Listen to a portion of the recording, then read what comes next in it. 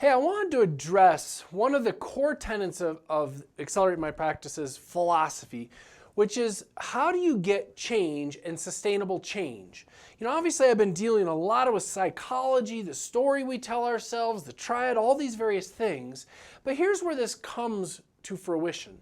Anytime you want to change anything in life, to me, there's a three-piece puzzle to success. And the success puzzle pieces, imagine it this way. Imagine there's a jigsaw puzzle and I give you one of the three pieces. Can you solve the jigsaw puzzle? The answer is no. If I give you two of the three, can you? No. You're closer, but you still can't solve it 100%. To me, the three pieces of the puzzle of success are first and foremost, what is the psychology of the listener? In this case, you. Secondly, is the systems and processes, the how-to manual, which I think is relatively easy. I think lots of people can design ways to change things. And then thirdly, and most importantly, is implementation. And I say that because that's the hardest part. And I want to use a quick metaphor if I could. Imagine what percentage of Americans do you think would love to lose 5, 10, 20 or more pounds? And the typical answer I get is lots or 90% or whatever it is. My follow-up question is what percentage of the people who want to lose the weight know how to? And the typical answer I get there is 5 or 10%, whatever. Insert your own answer. And I disagree. I don't think that only 5 or 10 or 20% of people know how to lose the weight. I think if we really simplify it, we all do. It's an easy formula. You consume fewer calories than you burn. And I'm not trying to be patronizing to anybody who struggles with weight loss, but unless you have an endocrine problem, it's literally that simple of a formula. Now, what messes this formula up is the psychology piece.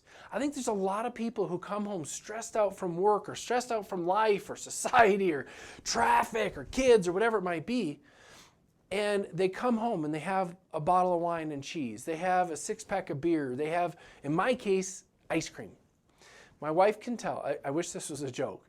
But my wife can tell when I've had a bad day because I sit down with a gallon of ice cream, a quart of syrup, and a spoon. There's no bowl in this equation. There's no measurement. There's no dosing, right? I just sit down and I start eating until I start to feel sick to my stomach. And then I'm like, oh, I ate too much. And I think in that way, I'm just like a lot of Americans, which is why I can speak to this problem because I have some of the same problems. And the reality or the background of that is that I'm trying to numb my pains, my stress, through my mouth, through food or ice cream in my case. And I think that's what Southern cooking's all about. I think that's why a lot of people struggle with weight. Again, not trying to be patronizing to anybody who's ever struggled with it, but I think it's a psychology issue that messes up our system and our process, and thus the implementation is either not effective or doesn't happen. And the same is going to be true moving forward in this conversation, right? So at this point, what we can do is we can have a conversation about the business. We can have a conversation about weight loss. We can have a conversation about anything you want. I promise you it's going to come back to this three-piece puzzle. It's going to come back to what is your psychology before you try and do something with the how-to manual. I mean, how many of us we get a new toy, how many of us even sit down and read the manual? I mean, some of you I'm sure do. I don't. I'm just kind of dumb that way. For some reason, I seem to think I'm smarter than the engineer who took the time to write it. I screw it all up, and then I got to pull the manual out and figure out how to fix it.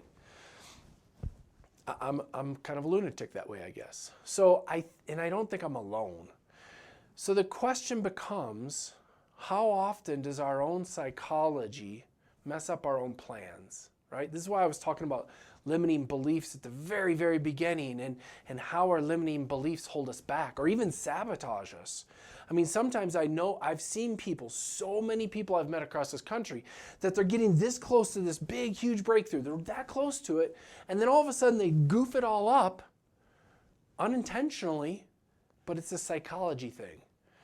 I had a friend once that he was taught when he was a kid that money didn't grow on trees. Rich people are crooks. He had all these sayings that his mom and dad had said to him. And the irony of this? Guess what he became? A crook. That's not even a joke or an exaggeration. Literally, he became a thief, even though he could have been wildly successful because he was super, super smart and spent 18 years in prison.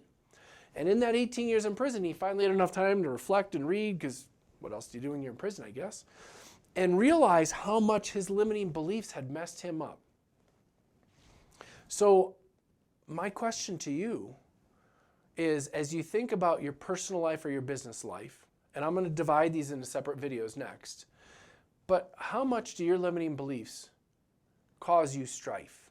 How much do your limiting beliefs hold you back or sabotage you even in whichever area? And maybe it's only in one area, not in all of them, or maybe it's in both of them, I don't know, or maybe it alternates back and forth. It's hard to say. But I see it all the time. You know, nobody in this area can be successful. Nobody during this economy. Nobody with this. Global statements, if you listen to the video on language. When we're making those global statements, we have hamstrung ourselves, for sure. So as I sit here designing solutions to help businesses, to help people with their individual problems or their business issues, I always start with this three-piece puzzle. What's the psychology of the person I'm dealing with? And then I use all the tools that have been previously mentioned to change that psychology. Once I have that psychology in a relatively good place, now I need to come up with what is the strategic plan? What are the actionable items that I'm going to take to make the change take place? Whether it's grow your practice, lose weight, fix your marriage, handle your addiction, I don't care what it is, it's all the same to me. And then implementation. Do we do it? The greatest conundrum in human experience is knowing what to do, but it's this much easier not to. For some reason, it's just this much easier.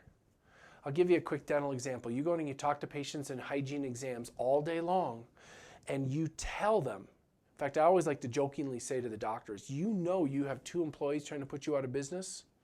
And they always look at me like, what do you mean? You have 2 employees who are so evil they're trying to put you out of business. In fact, they're handing your patients the tools to put you out of business. They're telling your patients how to use the tools to put you out of business. It's called floss, a toothbrush. And obviously I'm being really silly because your hygienists aren't evil. They're doing amazing things, but it's just this much easier for the patient not to do it. And then you go in and reinforce it and try and put yourself out of business. I mean, literally dentistry is one of the only businesses that tries to put itself out of business. So you wander in there and you say, yeah, Tommy, if you brush and floss after every single meal, you'll be fine for life. And it's a true statement. But Tommy doesn't do it. How often is that true of you? How often is it true that somebody said, hey, if you just do this, you'll solve all these issues for yourself? And for some reason, you're stuck on that escalator that I referenced at the very beginning of all these series of videos, and you're still standing on that escalator, wondering why everybody's passing you by doing better. It's interesting to see it come home. So I would put thought into that. You know, in between these next 2 videos, hit pause for a little while, put some thought into how often are you guilty of that? Because the next step is going to be to come up with a strategy to solve these issues. So I'll probably take some of those personal ones that we illustrated earlier and some of those business ones, and we are going to come up with rock solid strategies, follow this formula. But if the psychology is not right, you won't follow the formula. It's a simple fact. So put some thought into it. We'll see you on the next video, and we'll break it down into step-by-step how to solve those issues.